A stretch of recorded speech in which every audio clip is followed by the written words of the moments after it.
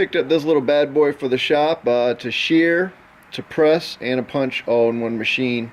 That's the shear right there, and that is the press right there. Goes through 1/4 inch, pretty much like it's butter.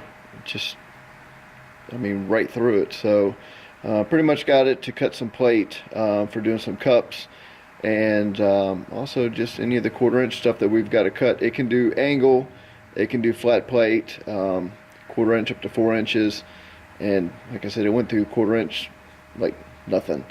But made in America, old school, from the mid-80s, works pretty good. Let's check it out. We call this an iron worker. So this side right here is pretty much a press and a punch all in one. Just pretty much have to tool it up for whatever you need. And then this side, of course, is the shear. So let's go ahead and turn this thing on.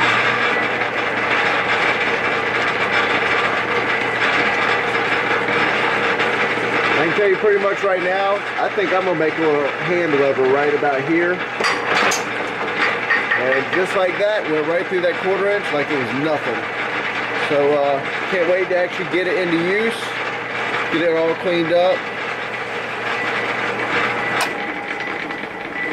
18 tons of shear and press ability. Pretty cool. And made in America. Can't wait to get it over in its place, get it all wired up, get the cover back on. I have to actually fabricate a switch cover. When I got it, it was missing its cover, so I'm going to have to fabricate my own.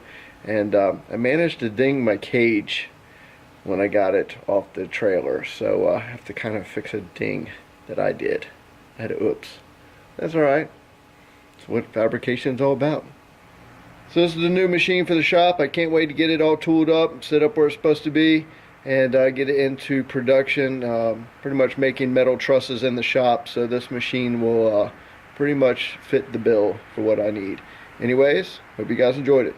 Catch you on the next one.